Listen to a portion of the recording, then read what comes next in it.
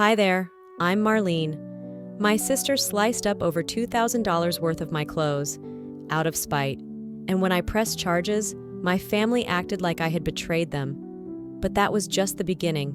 What hurts more, the act or the way your parents pretend it never happened? Ever been blamed for finally standing up for yourself? Before we dive in, what time is it where you are? And where are you watching from? Have you ever been the black sheep in your own family? Drop your answers in the comments. I'm really listening. The first thing I noticed was the sound, or rather, the absence of it. No TV humming from the living room. No music from Skylar's phone. Just the soft, wet sound of my coat dripping onto the hardwood floor as I stepped inside.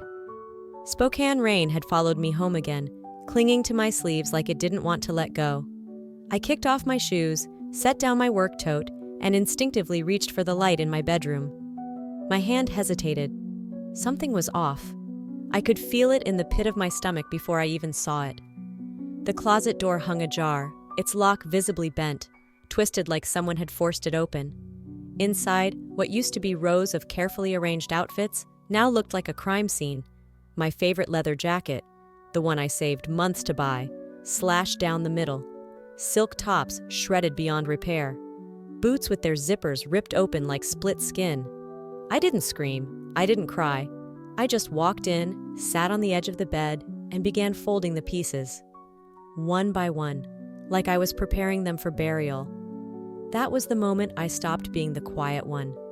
Skylar strolled in 5 minutes later, leaning against the doorframe with a grin that didn't quite reach her eyes. "Guess you're not so special now, huh?" she said, arms crossed like she was daring me to react. I didn't. I just kept folding. The sound of fabric in my hands was louder than her words. "They're just clothes," she added. "God, don't be so dramatic." Still, I said nothing. Instead, I reached for my phone and dialed. Calm, clear.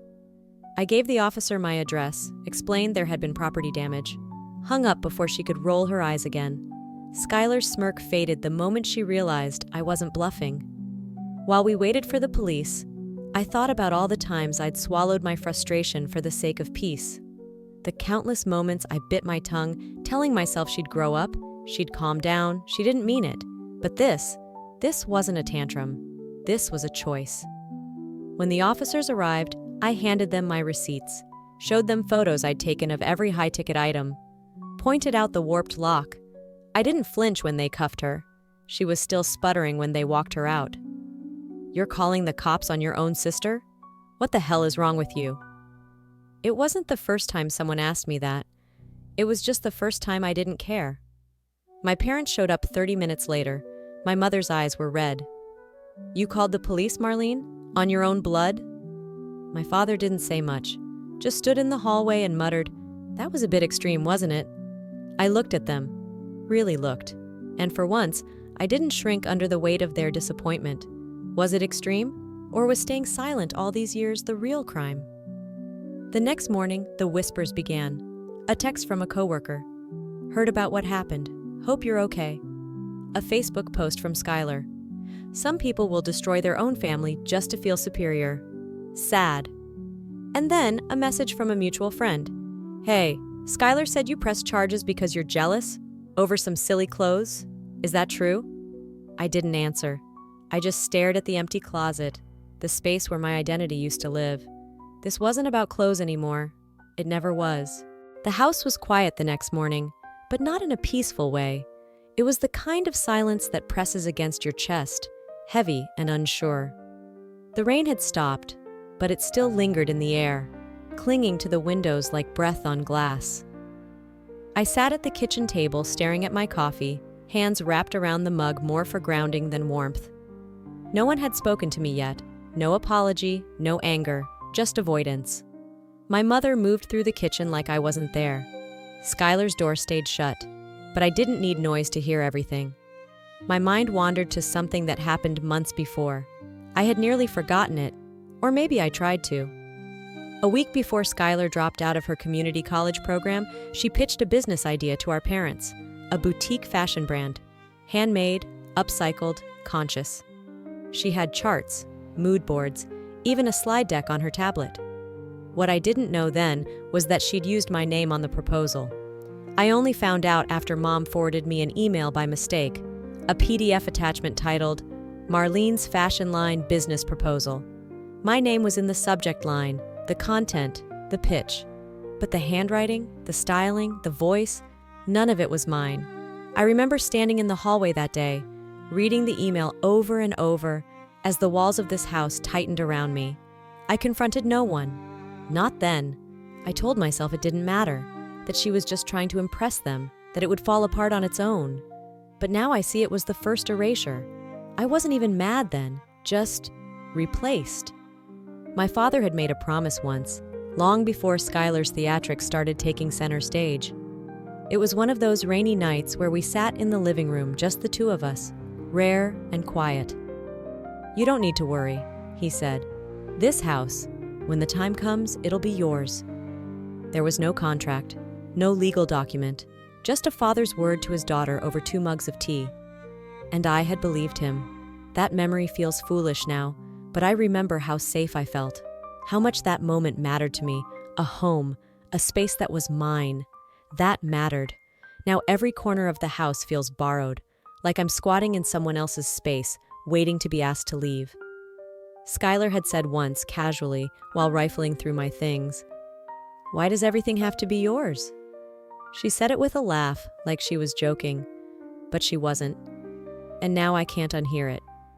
I sat in the same chair that morning, staring into my mug, wondering how long I had been letting them chip away at me, how many small betrayals I had folded into silence, called it love, called it compromise. I opened the drawer next to me to grab a pen. My favorite was gone. Again. I closed it softly, not because I was calm, but because even rage had grown tired. Maybe I never really belonged here. My mother called me into the living room like it was just another Sunday evening. Skylar sat on the edge of the couch, wrapped in one of Mom's knitted throws, tissue in hand, eyes red but dry. The picture of remorse. "I didn't mean to hurt you," she said softly. I was overwhelmed. I was spiraling. I didn't know how else to say I needed help. Mom nodded, clasping her hands like a prayer was forming. Dad looked down at the carpet. I didn't speak. I couldn't. I had seen this version of Skylar before. The one who knew when to cry and when to perform. The one who understood how to make herself small just long enough for people to forget what she'd done. I nodded once, not in forgiveness, not in understanding, just a reflex, a way out of the room. That night, a message popped up on my screen from Skylar. "You think this is over? I'm just getting started. You're not better than me." I stared at it for a long time before closing the laptop. The tears didn't come, not then. The next morning, I checked my bank account trying to distract myself. That's when I saw it. A withdrawal labeled ACH Medical Facility. I knew the number. It was from my emergency fund, nearly a third of it gone. "Mom," I asked that afternoon, keeping my voice level, "did you use my account for something?" She didn't look up from folding laundry. "Your father needed a procedure, and Skylar's insurance didn't cover everything. You weren't using that money, were you?" I stared at her. "It wasn't yours to touch." She gave a small smile like I was being silly. "And daughters help family." "I'm not an ATM," I said. "I'm your daughter." She didn't respond. That evening, I noticed my jewelry drawer was open. One of the rings, a gift from my late grandmother, was missing. It wasn't the first time something had gone missing, but this felt different. At dinner, Skylar sipped her water and said casually, "Funny how things go missing around here lately. Some people really don't understand boundaries." My father looked at me then, just for a second. That was all it took. 1 second of doubt from someone who had once promised me the world. I didn't defend myself. I didn't explain. I simply stood, cleared my plate, and walked upstairs. I opened my laptop, pulled out my journal. I used to think silence kept peace. Now I think silence feeds predators. I typed, "Plan A, leave quietly." Then I deleted the line. Maybe quiet is no longer enough. I don't remember how the conversation started. Maybe I asked about the weather. Maybe I complimented the roast he'd made the night before. Either way, it ended the same. Me, carefully trying to open a door, and my father standing behind it pretending he couldn't hear the knock. We were alone in the kitchen. I poured coffee for both of us, a ritual we hadn't shared in years. I told him I was struggling to feel safe, that I needed boundaries, that I was afraid of what would happen if things got worse. He nodded, slowly, quietly. And for a moment, I thought it meant something. But it was the kind of nod you give when you're already thinking about something else, the kind of nod that ends a conversation without having one. That night, I found the paper. It was folded crookedly, carelessly, and left half-tucked beneath a stack of grocery coupons. A legal draft, transfer of property, my father's name, Skylar's name, not mine.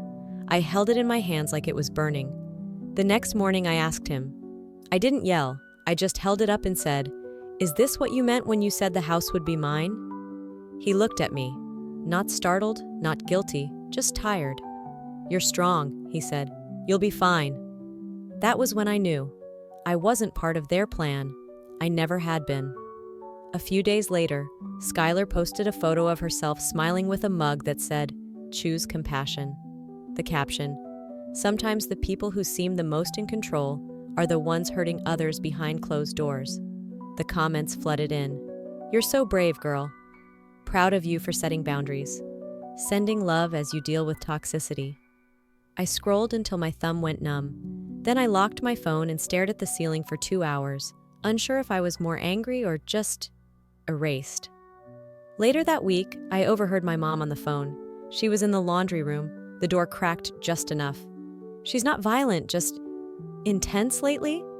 I think the stress is getting to her." I didn't confront her. I didn't ask who she was talking to. I just stood there, invisible in my own house. The worst part wasn't that they didn't believe me. It was that they had already decided who I was, and no evidence to the contrary would change it. Then came the dinner. Skylar called me selfish because I didn't want to split the car insurance again, the same policy I'd paid in full for 2 years. I snapped. Just a sentence, something like, "I'm tired of being used." And then, silence. Everyone looked at their plates. 2 days later, Aunt Carol called. "Your mom sent me a recording," she said. "Marlene, what's going on?" I felt my stomach drop. She had recorded me. During dinner, during that moment. Sent it out as proof I was losing control. Edited, out of context, weaponized. I wanted to scream. I wanted to shake them until they saw me. Instead, I got in my car, drove to the pharmacy, parked and sat there with the engine off.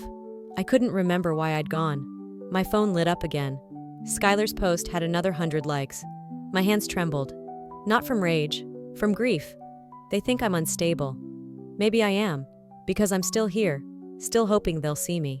The envelope was sitting on the kitchen counter when I came in from work. Nothing dramatic, just there. Between the grocery coupons and an overdue water bill. It wasn't addressed. But it didn't have to be. Inside was a notarized document with my father's signature at the bottom. Transfer of property. Skylar listed as sole heir. I stood there holding the paper like it was a dead bird. No sound came out of me, but I felt something crack inside. Not shatter, not explode, just split, like old wood finally giving way. At dinner, I asked him. I didn't yell. I didn't even raise my voice. "Was this your plan all along?" I asked. Harold didn't look up from his mashed potatoes. "You're strong," he said. "You'll be fine." I waited for something more. A reason, an apology, a blink of hesitation. There was none. Later that evening, I pulled open the hallway cabinet to get a spare envelope and noticed something crumpled beneath a stack of holiday cards. A letter, torn but legible. "Dear Carol, she's not family anymore. I don't know who she became. It's like living with a stranger who keeps score. My mother's handwriting, her words, her truth." I didn't cry. I didn't confront. I just went into the bathroom, locked the door, stared at myself in the mirror, and said aloud, "So I'm the outsider now." There was no echo, just that sentence hanging in the air like it was waiting to be confirmed. Around midnight, a message from Skylar lit up my phone. "I want to talk. Just us. I'm sorry." Somehow, even after everything, I still wanted to believe there was a sliver of sincerity left in her. So I agreed. We met at a cafe near the park, neutral ground. She smiled when I walked in, waved me over like we were long-lost sisters. "I don't want us to hate each other," she said. "I just want a reset." I listened, sipped my tea, watched her hands, steady, no tremble, no guilt, but I nodded, because I still hadn't learned how to walk away without hoping for change. 2 hours later, my boss called. He didn't yell, he didn't accuse. He just said someone had sent him an audio recording. Me at the cafe. My voice, clipped and rearranged to sound like I was threatening her. "Is everything all right at home?" he asked. I didn't answer. Instead, I opened my laptop, created a new folder, and named it one word: proof. Inside, I began collecting screenshots, emails, texts, receipts, anything and everything I'd once been too exhausted to save. This isn't about revenge anymore. This is about survival. The knock came just after 10 a.m. A plain knock, not rushed, not cautious. I opened the door to find a police officer I didn't recognize. He introduced himself, asked to come in, said he was following up on a report from a concerned party. I nodded. My voice didn't work. He glanced around the entryway, then flipped open a notepad. "Skylar mentioned the situation's been ongoing, that you've had a few episodes?" "Episodes?" I asked. "She claims you've been acting erratically, that the closet lock incident was a misunderstanding. She said she feared for her safety." I laughed, one sharp breath. It wasn't funny, but it broke something in the room. "She vandalized my property," I said. He nodded, scribbled something, then looked up. "Any history of emotional volatility? According to her, you've been under stress." I didn't answer. I just pointed him to the file I'd already compiled. Receipts, photos, screenshots. I handed him a USB. As he left, he said, "Sometimes things look different depending on who's telling the story." That line stayed with me long after the door shut. Later that week, I was at the grocery store when I heard my name. 2 women by the frozen section, whispering, "Her sister's been through so much. I heard she's not well. She always seems so sharp, but maybe it's the quiet ones." I didn't confront them. I didn't even make eye contact. I just walked out with a cart full of nothing I needed. That night, someone sent me a screenshot. Anonymous number. Skylar had posted in a local community group. "Sometimes love means protecting yourself, even when it's your own sister. She needs help, and I've tried." The post was paired with doctored texts, ones I'd never written. Fake apologies, fake threats. Words pasted together to make me look unstable. I turned off my phone. Sat in the dark. The room didn't feel like mine anymore. My thoughts didn't feel like mine either. Aunt Carol called the next morning. Her voice shook. "People are asking if you threatened Skylar at church. There's an audio clip going around." I didn't want to believe it. "I haven't said anything," I whispered. Then she sent it to me. It was me, my voice, taken from a conversation months ago, but twisted, edited, out of context. I sounded cruel, scary even, and it wasn't real. I listened again, and again. I couldn't remember the original moment anymore. Deborah had sent it to the family group chat, along with a note. "We're all worried." There was no screaming in the clip, no swearing, just enough silence between sentences to make me sound unhinged. I sat still for hours, not angry, not sad, just gone. Around sunset, I opened the front door to grab the mail. There was an envelope taped to it. No name. Inside were printed screenshots, audio transcripts, and a handwritten note. "You should know what they're saying." I read every line, every lie, every half-truth, every name that had joined the chorus against me. And then I closed the folder, walked to my bedroom, and pulled up the file labeled Proof. They're building a case against me. Maybe it's time I build one of my own. The folder was heavier than it looked, not because of the paper inside, but because of what it represented, the weight of being silent too long, the evidence I never wanted to collect, the truth they refused to face. I sat at my kitchen table that morning with a pot of black coffee and no appetite. The documents were laid out in careful order, screenshots of text messages Skylar claimed I sent. The original audio files, untouched. The edited versions, with spliced silences, inserted pauses, the letter from Mom to Aunt Carol, the property deed transfer from my father's name to Skylar's. I attached everything to an email, typed and retyped the subject line, finally settled on fraudulent evidence, urgent correction. Then I hit send, to the police liaison, to the family lawyer, to HR at my job. I didn't cry. I just sat back, stared at the screen, and whispered, I'm not the one who needs therapy. When Deborah texted later that day, asking if I could come to a family sit-down, I didn't ask why. I already knew. The room was already full when I arrived. Skylar perched on the love seat like she'd been waiting her whole life to play the role of misunderstood victim. Deborah wrung her hands. Harold pretended the window was interesting. I didn't sit. You sent an edited recording of me to my workplace, I said to Skylar. Her face didn't twitch. She said nothing. So I reached into my bag, pulled out a small speaker, and hit play. 2 versions, side by side. First, the one they had circulated. The one that made me sound cruel, cold, delusional. Then the real one, the full one, context, tone, truth. The room was dead quiet. Skylar blinked first. Her smile faltered. Harold looked at the floor. Deborah stood and walked to the kitchen, not saying a word. I warned you, I said, looking at no one in particular. Now it's on record. Skylar tried to recover. You've always hated me. You never wanted a sister. I pulled out the rest of the folder. Letters, receipts, the deed transfer, all dated, all documented. No more stories, I said. This is what you did, and I won't carry it anymore. For the first time, I didn't feel angry. I didn't even feel victorious, just finished. That night, I took a walk past the house. The lights were off. Skylar's car was gone. The front steps looked smaller than I remembered. My phone buzzed. A voicemail from Deborah. Her voice was soft, cracked. I never thought it would go this far, she said. I never thought you'd stop being one of us. I pressed delete. No, Mom, I didn't stop. You just never started. The first morning in my new apartment was quiet in a way that didn't press on my ribs. No thudding footsteps above me. No whispered arguments behind closed doors. Just the soft hum of the fridge and the comforting click of my coffee maker. I woke up before my alarm, not out of anxiety, but habit. I let it ring anyway, just to remind myself I didn't need to listen to anything I didn't choose anymore. My phone buzzed. 23 unread messages, missed calls from Deborah, a voicemail from Skylar with no preview text. I didn't listen. Instead, I sat at my tiny kitchen table and opened the email from the court clerk. Skylar had agreed to a diversion program, mandatory therapy, probation, a quiet consequence no one would talk about at family gatherings.